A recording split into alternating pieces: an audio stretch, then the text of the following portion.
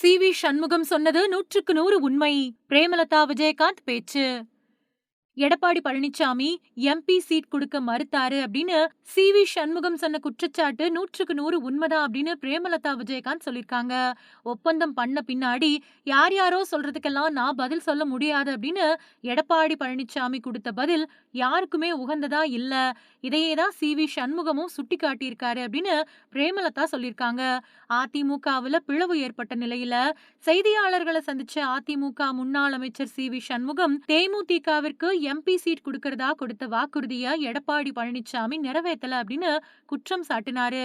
அது மட்டும் இல்லாம எடப்பாடி பழனிசாமி இந்த வாக்குறுதிய காப்பாற்றாத காரணத்தினாலதான் தேமுதிக கூட்டணியை விட்டு வெளியேறிச்சு அப்படின்னு சி.வி. சண்முகம் சொன்னாரு.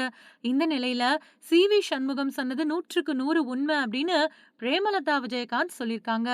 நடந்து முடிஞ்ச தமிழக சட்டசபை தேர்தல்ல விருதாச்சலம் தொகுதியில வெற்றி பெற்ற தேமுதிக பொதுச் செயலாளர் பிரேமலதா விஜயகாந்த் தொகுதி மக்களுக்கு நன்றி தெரிவிச்சாங்க. விருதகீஸ்வரர் கோயிலுக்கு போய் வழிபட்ட பிரேமலதா தொடர்ந்து செய்தியாளர்களை சந்திச்சாங்க. எனக்கு வெற்றியை தேடி தந்த மக்களுக்கு என்னோட நெஞ்சார்ந்த நன்றிகள். அடுத்த 3 நாட்களுக்கு தொகுதியோட எல்லா ஒன்றியங்கள் உட்பட எல்லா பகுதிகளையும் நேரடியா சந்திக்க போறேன். சட்டமன்றத்துல நான் பேசினது வெறும் அறிமுக பேச்சுதான். தன்னோட கன்னி பேச்சு இன்னும் முழுமையா தொடங்கல. துறை சார்ந்த மானிய கோரிக்கைகள் அப்புறம் இலாக்கா விவாதங்கள் அப்போ விருதாச்சலம் தொகுதிக்கான கோரிக்கைகளை உறுதியா சட்டசபையில முன்வைப்பேன். குறிப்பா தன்னோட தேர்தல் வாக்குறுதிப்படி விருதாச்சலத்தை தனி மாவட்டமா அறிவிக்கிறது தான் என்னோட முதல் கோரிக்கையா இருக்கும். இத முதலமைச்சரோட கவனத்துக்கும் கொண்டு போய் நிறைவேற்ற முழு முயற்சி எடுப்பேன்.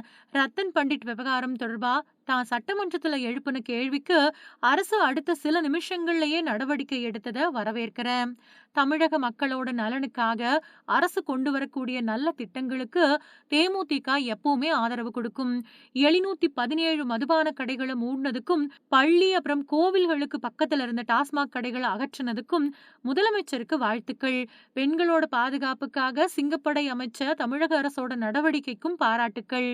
தவறுகள் நடக்கிறப்போ எதிர்க்கட்சியா அதை சுட்டி காட்டுறதும் கேப்டன் விஜயகாந்த் கத்துக் கொடுத்த பாடம்.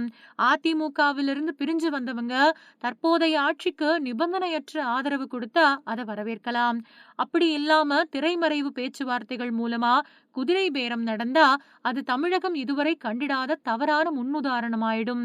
இத பத்தி முதலமைச்சர் வெளிப்படையான அறிவிப்பை வெளியிடணும். இளைஞர்களுக்கு ஒரு தவறான முன்னுதாரணத்தை இந்த அரசு ஏற்படுத்திடக் கூடாது. நாடாளுமன்ற தேர்தல் அப்போ தேமுதிகவுக்கு 5 மக்களவை தொகுதிகளும் ஒரு மாநிலங்களவை இடமும் கொடுக்கிறதா அதிமுக தரப்புல கையெழுத்திட்டு கொடுக்கப்பட்டுச்சு. இத திருவண்ணாமலையில ஏற்கனவே செய்தியாளர்கள் கிட்ட அதிகாரப்பூர்வமா ஒப்பந்த பத்திரத்தையே காண்பிச்சு விளக்கியிருந்தேன். எடப்பாடி பழனிசாமி எம்பி சீட் கொடுக்க மறுத்தாரு அப்படின்னு சி.வி. சண்முகம் சொன்ன குற்றச்சாட்டு 100க்கு 100 உண்மை. ஒப்பந்தம் பண்ண பின்னாடி யார் யாரோ சொல்றதுக்கெல்லாம் நான் பதில் சொல்ல முடியாது அப்படின்னு எடப்பாடி பழனிசாமி கொடுத்த பதில் யாருக்குமே உகந்ததா இல்ல. இதத்தான் சி.வி. சண்முகமும் சுட்டி காட்டியிருக்காரு அப்படின்னு சொல்லியிருக்காங்க பிரேமலதா விஜயகாந்த்.